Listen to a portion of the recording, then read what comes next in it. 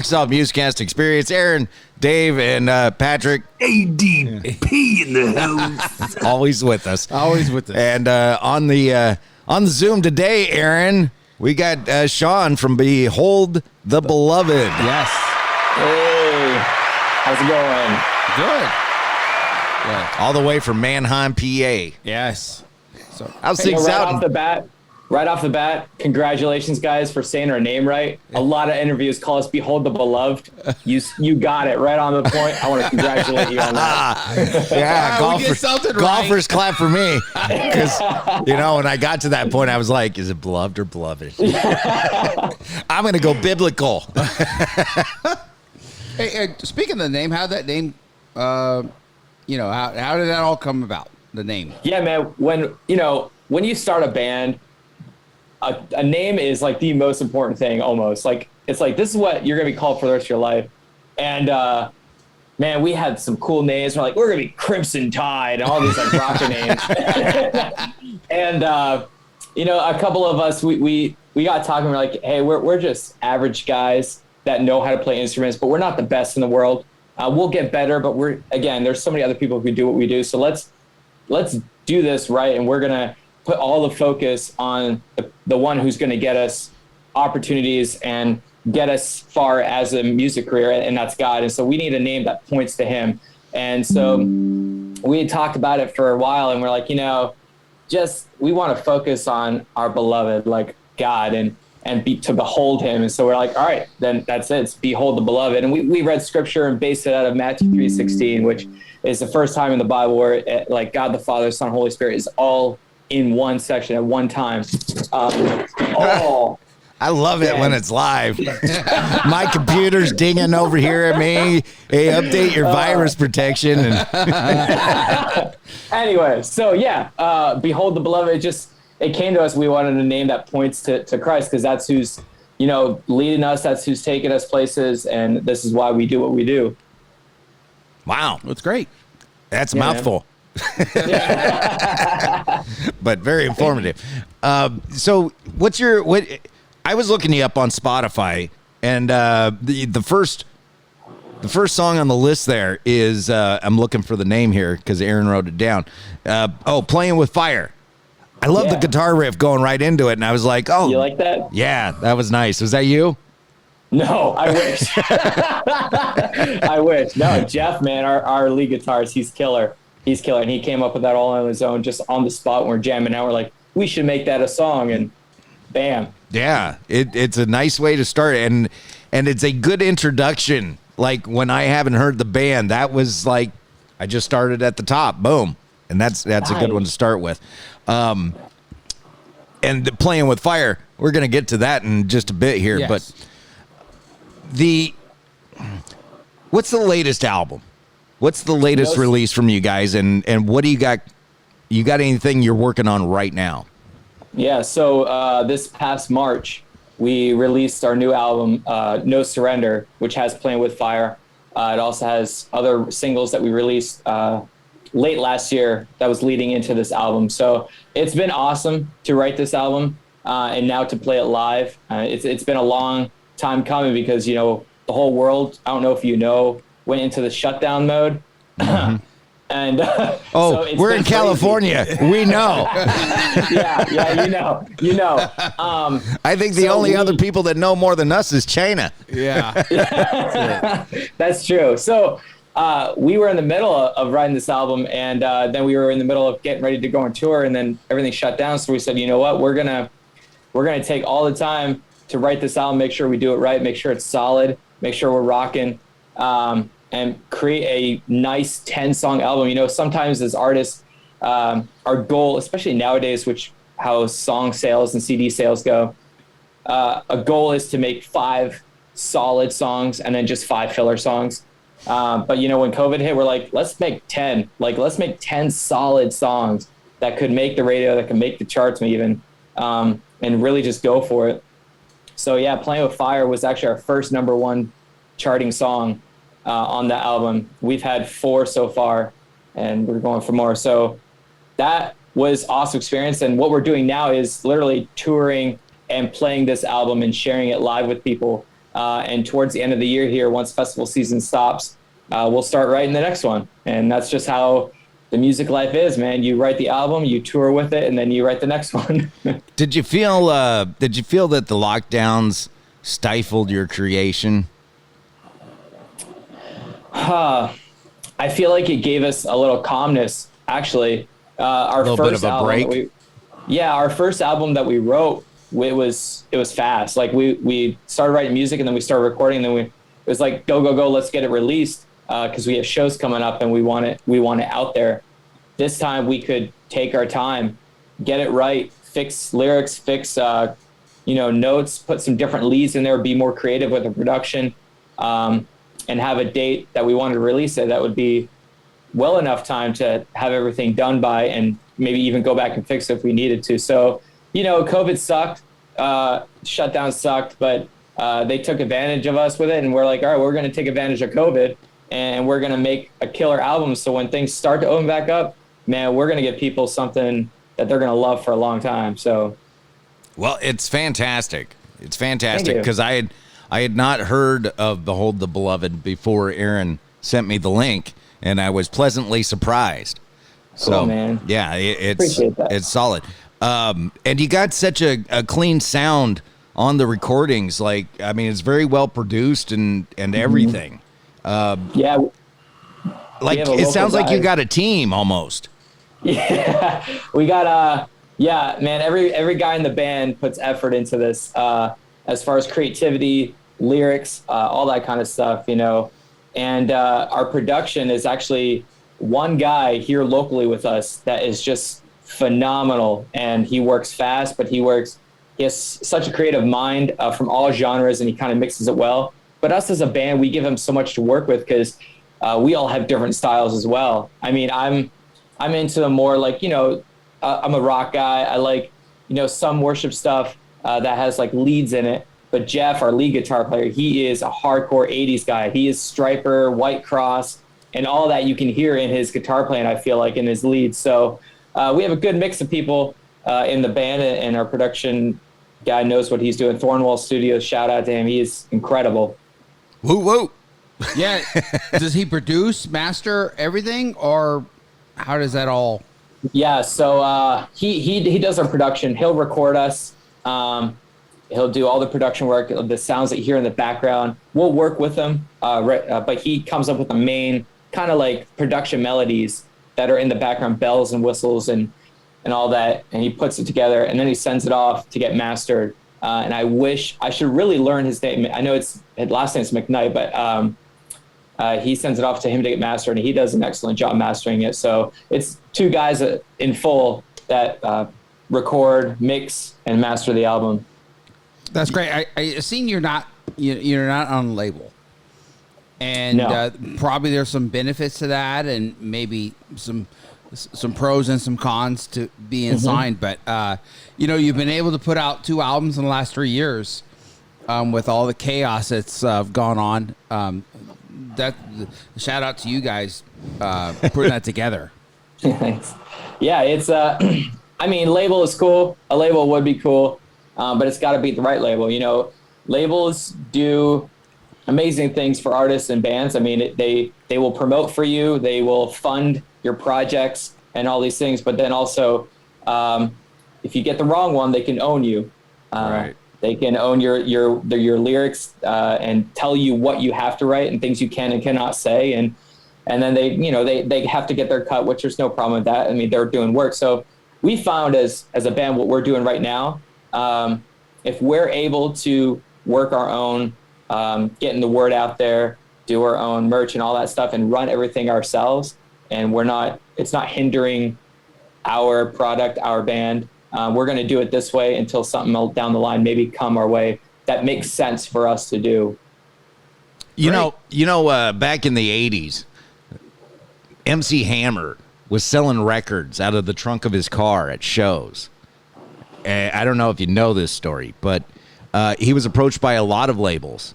And when they would approach him, he'd just go, wait a minute.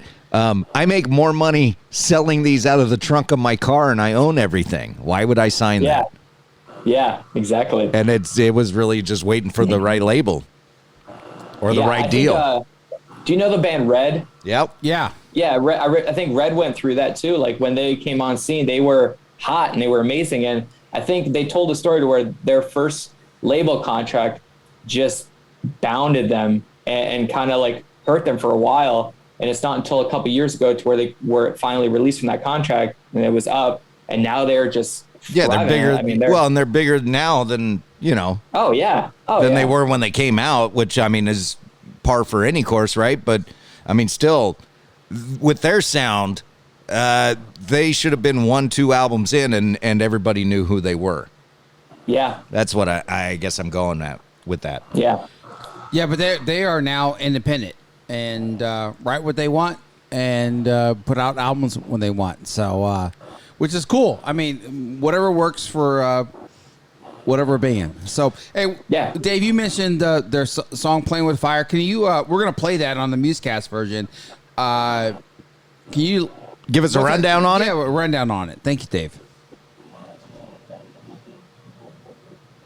Can you hear us? You freeze? Oh, yeah. Oh, good joke. He got me. I heard, can you give a rundown, Dave? And I'm like, okay, Dave's doing something. Oh, no, yeah, I got you. My bad. So, yeah, man. So Jason, our rhythm guitar player, he writes basically any song you hear on the album. He has put probably 75% of the lyrics. He writes most of our music, and then we tear it apart and make it a little different. But Playing with Fire was cool, man, because the world throws us some struggles and throws us some curveballs sometimes. I know for me, growing up as a kid, man, I got into a lot of stuff. I got into drugs, partying, all that kind of things, man. That was just not good for me. Got into a lot of trouble. And it starts with just like one experience or like trying it one time. And we refer to that as like just a spark. But when it grabs hold of you, it becomes an addiction. It becomes something you're not strong enough to get out by yourself. And it kind of engulfs you in a flame. So writing this song, we're basically throwing that out there, man. It's like, we're playing with fire when we're doing that. We're hurting ourselves. We think we're stronger than what we really are. So through the song, it's basically talking about that. But really, in the end of it, our main goal and what we want to get across is it doesn't matter what addiction, what things you're struggling with. We serve a God who's bigger and greater than all that can pull you out of that fire, who will love on you and make you feel alive again, So it's our cry as humans and as believers. Sometimes we get nobody's perfect. We'll all fall. We'll all get into trouble. But our cry is we just want to be alive, get rid of our selfish desires and stop playing with fire.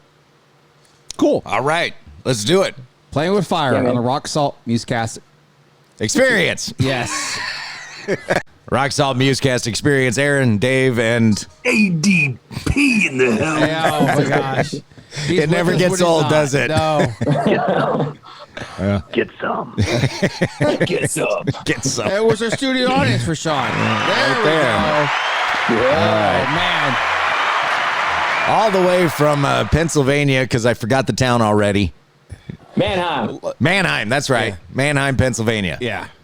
And where's that in like relation to, because east of the Rockies, I don't know geography at all. I did look it Dude, up. I'm geography challenged, man. Yeah, totally. I did look it up. They're an hour and 40 minutes by highway from Philly?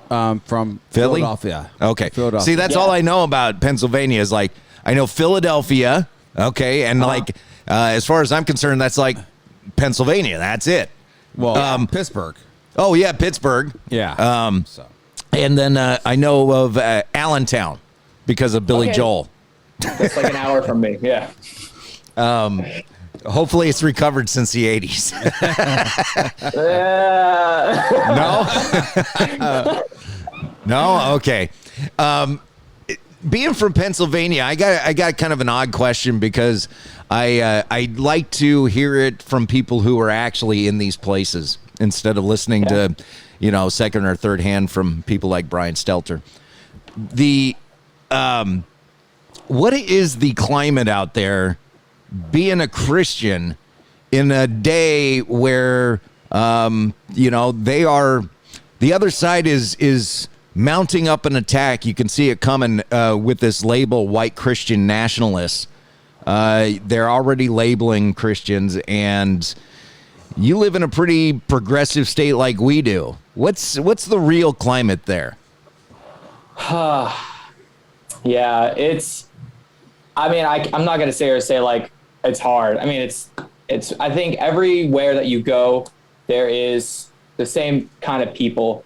Some states are just maybe stronger one way than the other. I feel like here we have a good mix, though. I mean, where I'm at in Mannheim, which is like Lancaster County, we're big on, if you come here, a lot of tourists come here because we have the Amish and the Mennonite. So there's a lot of conservativeness here. So where I'm from, I don't see much of that. But I mean, wherever you go, yeah, the label Christian is, man, it's hard to even express my own personal feeling. And I don't want to speak I want to speak on behalf of me and not my band. But like for me, I personally don't like the word Christian because of what also now it's easier for the world to, like you said, categorize us and kind of go against us because of the word. Because anybody can say I'm a Christian and then go and be a hypocrite. Right. And go and treat people like garbage. I am a relationship person. Like I don't like to classify as a Christian, but I am a Christian. I'm a Christ follower. I am someone who has a relationship with God, knowing that he sent his son who died for me, for everybody, for all of us, for our sins. And one day I'll be back with him. But it, like I said, it's any day people could be like, oh, I'm a nice person, I'm a Christian. But it's just a label.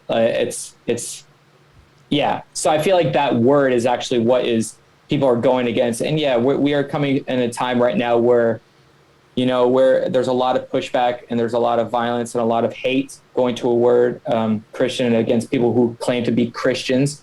But our encouragement as a band to the world is, man, we need to just get back to loving people and loving Jesus. Right. Forget the religious terminologies out in the world. I mean, we all believe in something, and those who say we don't believe in something, we all have free will. And if we just love and like get along with one another, I mean, the world would be such a different place. It doesn't matter what we believe in. You're echoing what, I mean, I've heard a few people say this, but what comes to mind is Bill Maher, because he's very left-leaning. He says the exact same thing. He says on his show that, hey, we're never going to get our message across to the other side if we don't love some people. You guys are all out there hating and throwing and spray painting and beating people up, and all you do is turn people against you. Yeah. And it goes for both ways.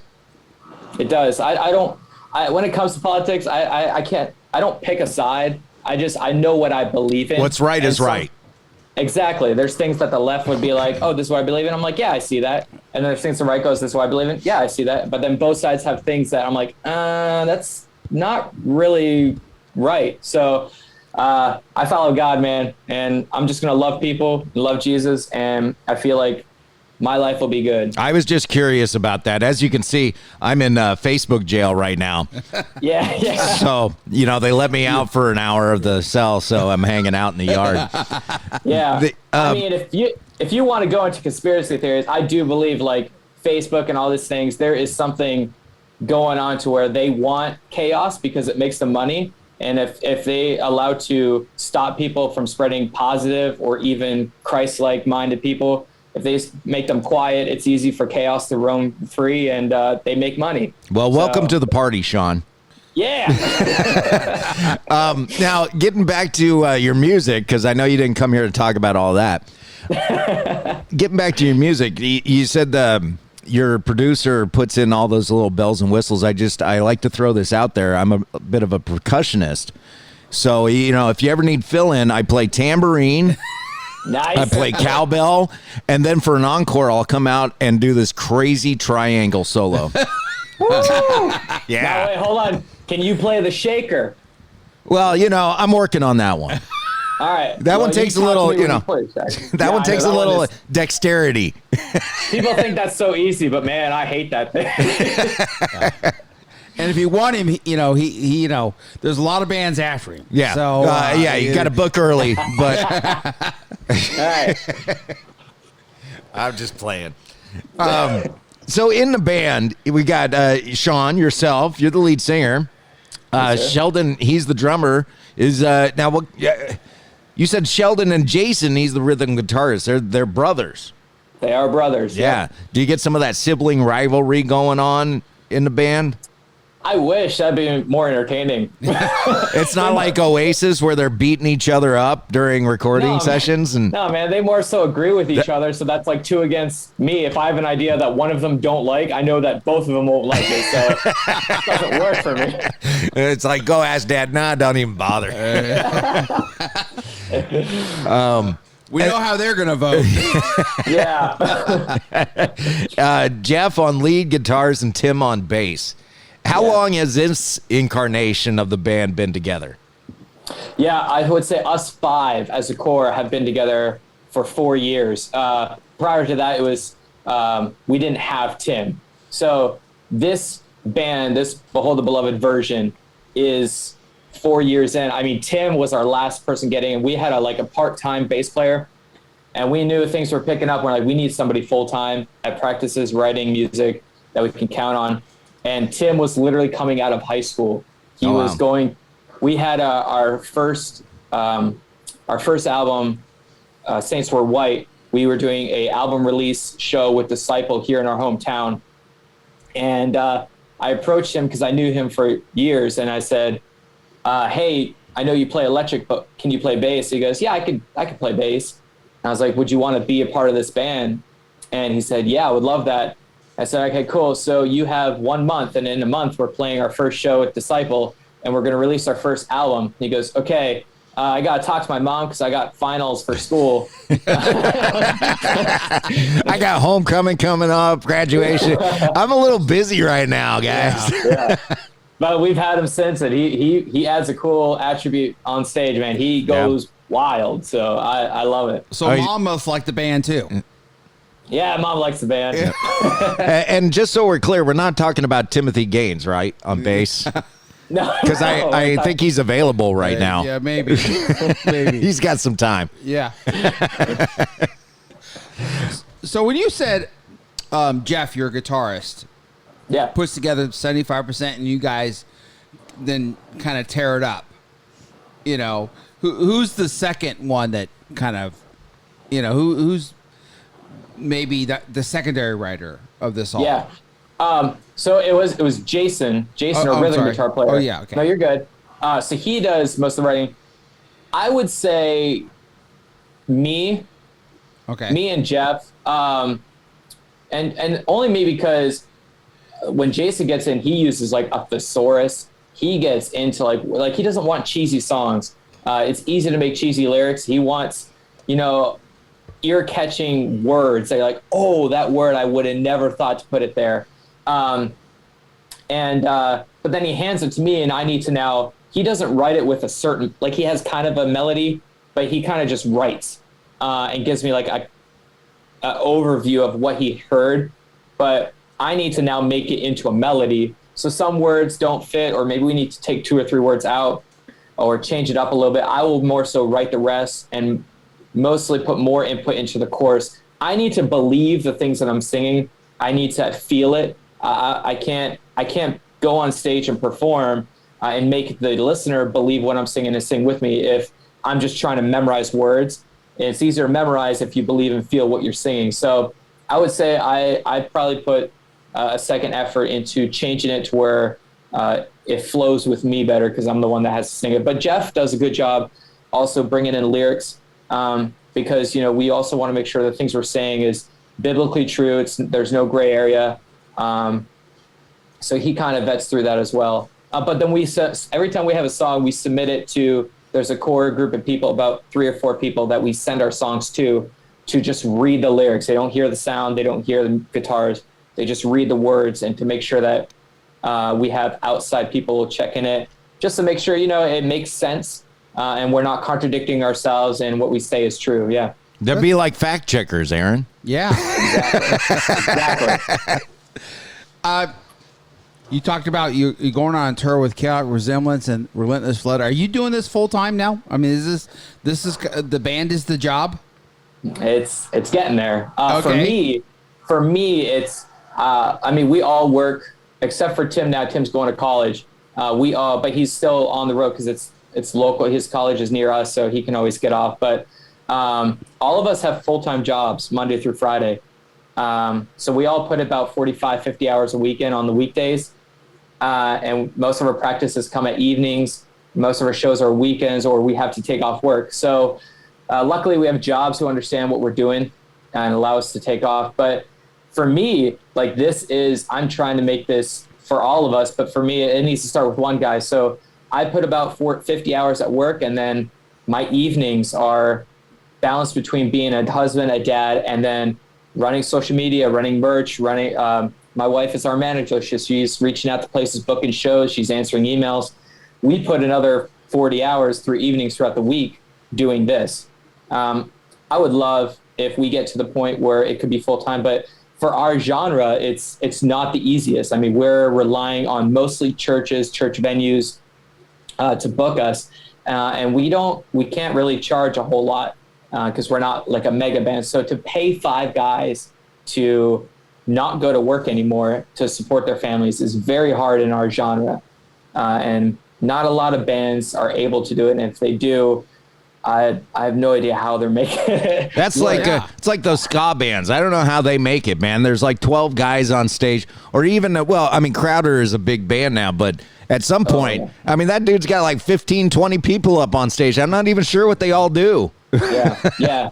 So right now, we're blessed to be able to we're getting more and more. Like I said, we've only picked up, started to gain momentum probably in the last 2 years. Like coming out of COVID, I feel like is when a lot of doors for us have opened. So every year so far has been almost a double upgrade in the amount of shows we're playing, weekday shows. Like we used to only play from July to September, maybe one October show, and only doing like 3 to 4 shows a month.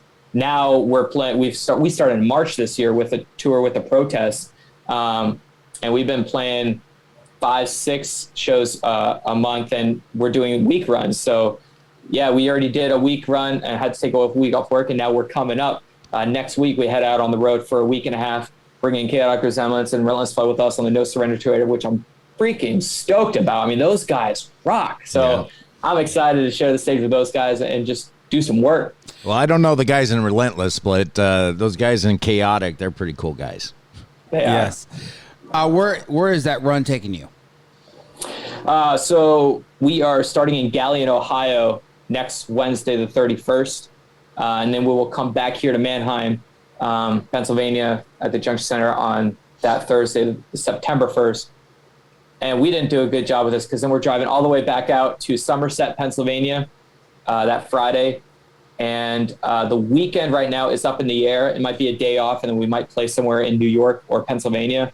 And then Monday will be in Needmore, Pennsylvania. So there's a little bit of back and forth here and there, but it's just a small little run. We've been on tour for the past 3 months, doing some random shows as just us, Behold Beloved, but we wanted to end it with 3 incredible bands just having the time of our life. And we wanted to put some cool things in there. Like I've been into a lot of tours where it's just simple, band up, band down, band up and down. Final band comes out, they leave, they come back, do 1 encore or 2, and then your night's done. This one, we're trying to be more interactive. We're trying to mix. We're going to maybe have Chaotic part of our set, play a song or 2, and then we have something special if there's an encore at the end for all the bands to come out and do a song together. So that's always cool. I love seeing that kind of stuff where the other bands come up on stage, even if it's just for one song or, cool. And it's, just me, but you pick a cool cover, song to cover or something like that. And it just, I don't know, it just kind of comes together. It's kind of fun. It's something different for your ear too. Like something you don't hear at all really on the radio or something like that. So when you hear it live, it's like, oh, that was kind of creative. That was really cool. And it sticks with you when you walk out the door. Yeah. Yeah, it really does. Hey, just curious, because you mentioned it. How do you feel about encores? They are so awkward. Okay, see? They're awkward, man. It's especially when you're a band like us who's like, I would classify us as up and coming. I like to tier things out. So like you have A-list tier bands, which is like your Skillet, your Disciples, some of that. B tiers like the Protests, and I feel like we're in the middle, in that B tier. I think we're getting there. Our Spotify numbers are getting high. We're getting a lot of momentum of learning the algorithms and all that. So we're getting a great fan base, a large number of people coming to shows. But encores is still always that part where you're like, is it going to happen? Is it not going to happen? Right. What songs do we put as an encore? Because if we put it as an encore, we're not going to play it on our set. And if there's a song we really love. But what if we don't get the encore? Yeah, if we don't, hey, and some churches don't understand encores. So like after you're done, the MC will come up, round of applause, and like they'll turn all the lights on. Wait, we're not done. Yeah. So I started giving a set list to the sound guys, which they'll see at the bottom. It says encore, so they know not to put the lights up or anything. They know to be ready. But the weirdest part, man, is like if there's like 5 people. If you have a group of like 50 to 100 people, but you hear 5 people go, one more song, and that's it. It's like, well, we heard it, but they only said it once or twice. You know what you gotta do with this tour is make big signs that say one more song, and then give them to the Chaotic Resemblance guys and go, hey, after our last song, can you go in front and just flash the songs up or whatever? I think they would do it. They're You can so do cool. I got a money making idea for you, Sean. Because I'm an idea guy, and that's what I do. Get yourself one of those American Idol style texting to win sort of apps, okay, and charge people, and they can choose, they can vote during the show if they want an encore or not. I like that. We texting rates may apply. Yeah, we all work together. So like when we were on the tour with the protest, we stood in the audience to watch our set, and when it came to the end, we're like, one more song. Like, and then people catch on. They're like, all right, well, yeah, everybody does it then. So see, and I'd be the opposite. I'd be like, boo, bring the next band on. You guys suck. You know, the thing is, what you ought to do is like record something, one more song, a bunch of people going and you there you go. At the end, you just kind of everybody play that. He's like, I'm writing that and down. That's my next song. One more song. I'm hitting the studio tomorrow. Just vocal layers. Just get a bunch of your friends, put it in there, and so when you're leaving, you put it in the music, and it just. Everybody will start saying it. Hey, wait! If you press an album with it, just like For Aaron, one more song. Man, that's a good idea. Yes, that's a really good idea. Yeah. So, where can they find you on social media? By the way, hey, I want to throw out. Okay, go ahead. I love the protest. I was making a joke. Yes. Yeah. Well, that is classic. So to do that, that's great. Yeah. And that's so good. I bet you guys had some good laughs after the show about that. You know. Yeah. Thanks, guys. Yeah, it was mentioned. It's mentioned because like you hear there some shows you never know what you're going to get. So some places aren't really. It's not an area that has a lot of shows. Some places don't know how to advertise. So you'll get a crowd that might be 30. So in a group of 30, if one person yells and tries to throw their voice, you know where they're at and you know who it is. So you just turn and look at that guy and be like, weren't you just up there? Yeah. I was just at, it was like April or May or whatever, for King and Country. Puts on a tremendous show. And so they end the last bit and they're like, good night. And people started leaving. And so people we knew were leaving. I'm like, no, you don't want to leave. The best part of the show is about to come, because it takes a little time they had a netting, up and the smoke. They want to redo the whole stage and the fog and all that. And people were leaving. I'm like, you're about to miss the best part of the show. Yeah, but I'm going to miss the line in the parking lot. Yeah. But they, again, we told some people, I know, and they were like, oh, wow, that's it. So you are right, though. Some people just don't go to a lot of shows, don't know. Hey, wait for the encore. Well, they're not like us, Aaron. They go to shows just to be entertained, to have something to do. It's like going to a movie for them. Where when I go to a show, it's like I am there to see the band, and I'm totally into it, and I stay for every minute of it, and sometimes I even stay until almost everybody's gone because I find lots of cool stuff and meet lots of cool people that way. But as my friend goes, he goes, like, we're going to go see Rick Springfield next weekend, Labor Day weekend. And my buddy goes, you know, he's going to make you buy the encore. He's going to make you stay through all the other songs you don't know for Jesse's Girl. The iconic that's Jesse's Girl. And that's it. He's going to, you know. When does he play 867-5309? Do you ever feel like, I wonder if, what would happen for like somebody like for King and Country who put boatloads of money into production for an encore? If nobody said encore, do you think they still hit the music and go out? Like, Definitely. Like, we set all this up. We're doing it. Yeah, that's right. we paid the money. I don't care if we're playing to one person. Because if Rick Springfield played Jesse's Girl in the middle of his set, then people would start walking out.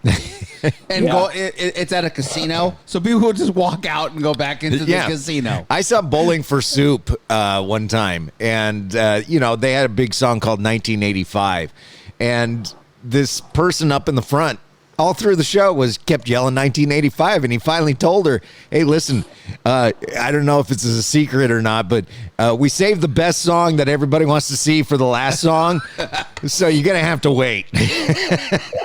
Yeah, so that's what you should do, though, for the encore. Well, no, here's what you need. No, just do an encore, and if no one stays, hey, we're doing another song. We're doing this for Jesus. That's how you do it. Yeah, we're doing it. This is also a word of advice.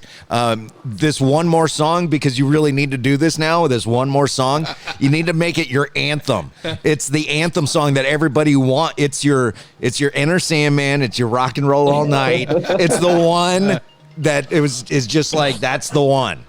No, I got you. Yeah. All right. So how can people find you on social media?